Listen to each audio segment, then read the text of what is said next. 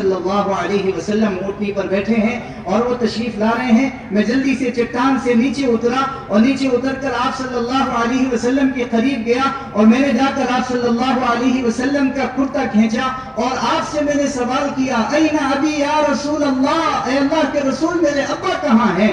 اللہ کے نبی نے پوچھا تمہارا کیا نام ہے؟ انہوں نے کہا میرا نام بشیر ہے، میرے ابا کا نام اقربہ ہے. صحابہ نے عرض کیا یا رسول اللہ اس بچے کے ابا تو شہید ہو گئے.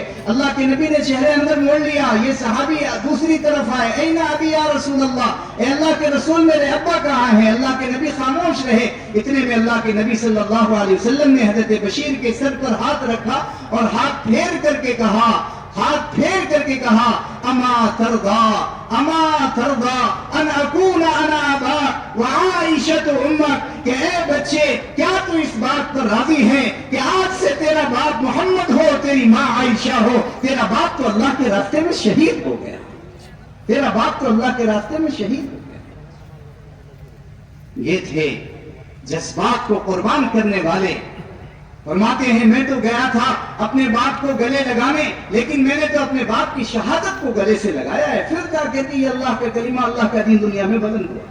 ایسے نہیں بلند ہوا، ایسے نہیں بلند ہوا.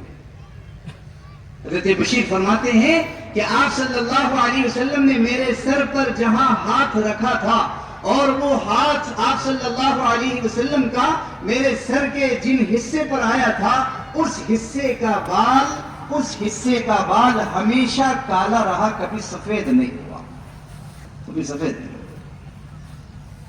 آپ صلی اللہ علیہ وسلم زندگی کے ہر لمحے میں حضرت بشیر کو محبت کرتے تھے کیونکہ اس نے قربانی دی. بچہ بھی قربانی دے رہا ہے، عورتیں بھی قربانی دے رہی ہیں، بوڑھے بھی قربانی دے رہے ہیں، اور سب قربانی دے دے کر اللہ کے دین کو زندہ کر رہے ہیں. کیا زندہ کر رہے ہیں بھائی؟ ارے کیا کر رہے ہیں؟ اللہ کے دین کو زندہ کر رہے ہیں. یہ ہماری زندگی کا بھی مقصد بنے، ہماری زندگی کا بھی مقصد بنے کہ ہماری زندگی کے ہر لمحے سے اللہ کا دین زندہ ہو، اللہ کا کلمہ بلند ہو، اللہ کا نام دنیا میں عام ہو، اللہ کی قدرت اتنا بولا جائے، اتنا بولا جائے، اتنا بولا جائے کہ اللہ کی قدرت، اللہ کی بڑائی، اللہ کے خزانے ہمارے دلوں میں گھر کر جائے، بس جائے، اور ساری دنیا کے مقابلے میں ہماری زبان سے نکل جائے کہ ساری دنیا کی حکومتیں اور ساری دنیا کا نظام اللہ کے سامنے چھوٹا ہے. ہم اتنا بولنے والے بن جائیں، اتنا بولنے والے بن جائیں.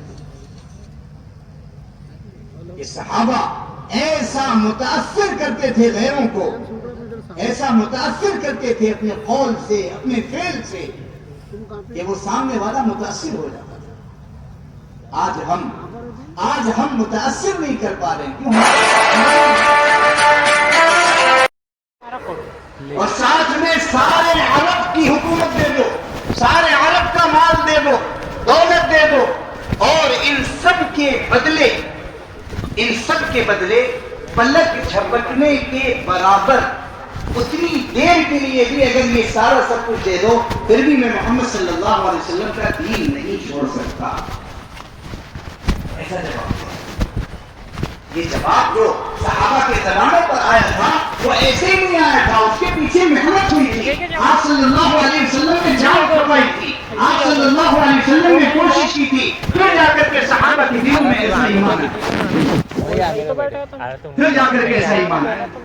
بڑی کوشش کیا، بڑی کوشش کیا، ایک نہیں، دو نہیں، تین مرتبہ نصرانیت پیش کیا، اور سولی پر بھی چڑھایا، تیر بھی پھروایا، تیر بھی پھروایا، اور بھی چڑھایا، لیکن عبداللہ اپنی زبان پر ڈلے رہے. اور وہ بار بار کہتا رہا آپ کو پکڑ کر دو، مجھے مارنا ہے مار دو، لیکن میں محمد صلی اللہ علیہ وسلم کا دین نہیں چھوڑ سکتا.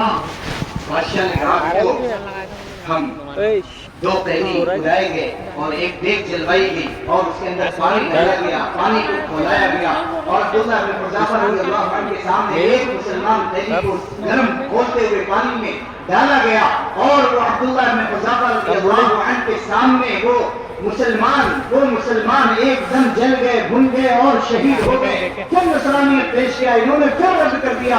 بادشاہ نے کہا اب ان کو ڈال دو. جب ان کو بیگ کے اندر ڈالا جانے لگا عبداللہ بن حذافہ رضی اللہ عنہ کو، تو یہ رونے لگے.